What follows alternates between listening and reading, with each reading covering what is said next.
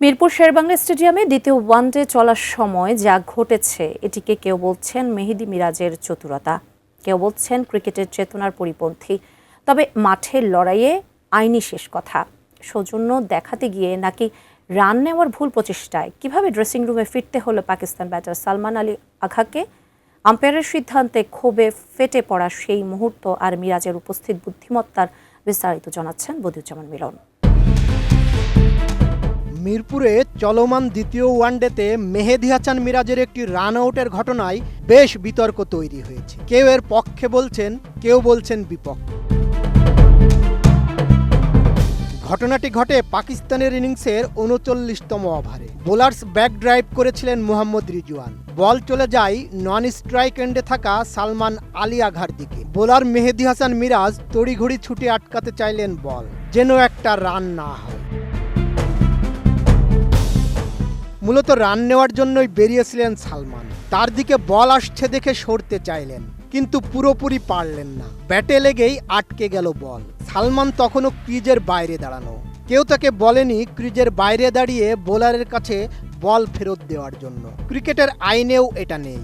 Crease ছেড়ে তিনি বেরিয়েছিলেন রান নেওয়ার উদ্দেশ্যেই। থার্ড আম্পায়ার বলটিকে লাইভ ঘোষণা করে সালমান আঘাকে আউট দিয়ে দেন, যা তাকে প্রচণ্ড ক্ষুব্ধ করে তোলে। দেশের মানুষকে প্রতিদিন সুরক্ষিত রাখার প্রত্যয় নিয়ে সেফটি কেবলস সহ এলো সেফ সিলিং ফ্যান। কিন্তু উপস্থিত বুদ্ধিমত্তার পরিচয় আর সালমানকে শিক্ষা দিয়ে মিরাজ যে তাকে রান আউট করলেন, সেই প্রশংসাটা তাই করতেই হবে।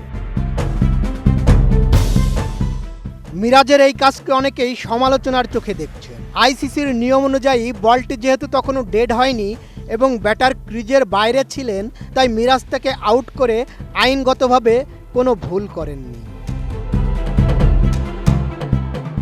তবে ধারাভাষ্যকার ও পাকিস্তানের সাবেক ক্রিকেটার রমিজ রাজার মতে এটি ক্রিকেটের চেতনার মানে স্পিরিট অব দ্য গেম এর পরিপন্থী ছিল, কারণ ব্যাটার কেবল সাহায্য করার জন্যই বলটি ধরতে গিয়েছিলেন। আউট হওয়ার পর সালমান আগা এতটাই ক্ষুব্ধ ছিলেন যে ড্রেসিং রুমে ফেরার পথে তিনি নিজের হেলমেট ও গ্লাভস ছুঁড়ে ফেলে দেন। এমনকি পাকিস্তান ও বাংলাদেশ দলের অধিনায়কদের মধ্যেও এ নিয়ে মাঠে উত্তপ্ত বাক্য বিনিময় হয়।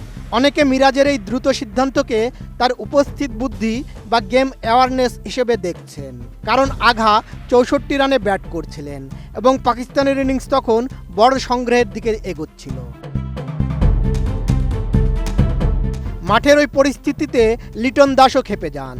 সালমান আলী আগা আউট হওয়ার পর যখন মাঠ ছাড়ছিলেন, তখন তিনি বাংলাদেশ ফিল্ডারদের উদ্দেশ্য করে কিছু কটু মন্তব্য করেন এবং ড্রেসিং রুমে ফেরার পথে মেজাজ হারিয়ে হেলমেট গ্লাভস ছুঁড়ে মারেন। তখন লিটন দাস এগিয়ে এসে তার কড়া প্রতিবাদ জানান। অধিনায়ক হিসেবে মিরাজ তো মাঠেই ছিলেন, কিন্তু লিটন দাস সেই মুহূর্তে প্রোঅ্যাক্টিভলি পাকিস্তানের ব্যাটারের সঙ্গে তর্কে জড়িয়ে পড়েন বলেই দৃশ্যটি সবার চোখে পড়েছে। বদিউজ্জামান মিলন, ATN নিউজ।